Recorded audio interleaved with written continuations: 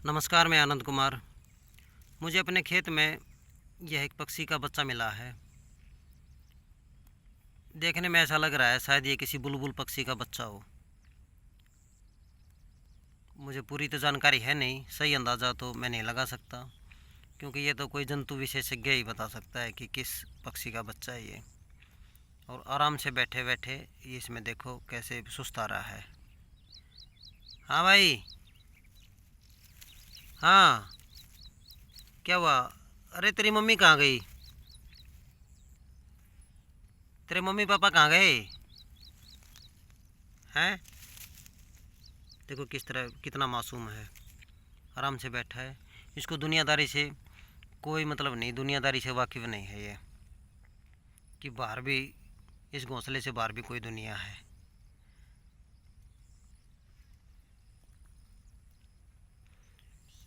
मैंने गेहूं की फसल की कटाई करवाने के बाद में अपने खेत में ये गेहूं के फसल के अवशेष जलाए नहीं थे, यूं का यूं छोड़ दिया था और ज़मीन की गोड़ाई करवा दी थी।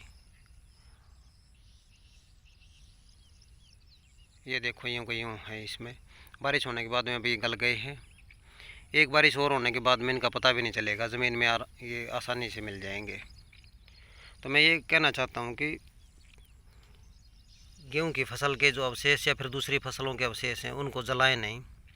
ऐसे बहुत सारे पक्षी या फिर दूसरे जीव हम कह सकते हैं जो ज़मीन पर अंडे देते हैं, ज़मीन पर घोंसला बनाते हैं, ज़मीन के अंदर भी अंडे देते हैं,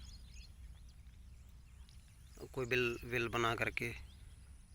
तो इस तरह से जो है ये अगर हम गेहूं की फसल या फिर दूसरी फसलों के अवशेष जलाएंगे तो उसमें बहुत सारे पक्षियों के अंडे, उनके बच्चे या बहुत सारे जीव जलने से नष्ट हो जाते हैं। बहुत सारे ऐसे भी जीव होते हैं जो किसान के मित्र होते हैं, किसान के मित्र कीट, वो जल जाते हैं और वो फिर उचित नहीं रहता, उससे फसल की पैदावार भी ठीक नहीं होती, पेड़ पौधे भी जल जाते हैं, जिससे पर्यावरण को भारी नुकसान पहुंचता है। इसमें चिड़िया हैं, ये खेत में बैठी हैं, छोटी छोटी बहुत सारी चिड़िया हैं, देखो किस तरह घूम रही हैं ये। और अगर मैंने इनको जला दिया होता तो यह पक्षी नाम की कोई चीज़ नहीं दिखाई देती, क्योंकि घास फूस में कीट पतंगे होते हैं और ये खाने से अपना पेट भरते रहते हैं।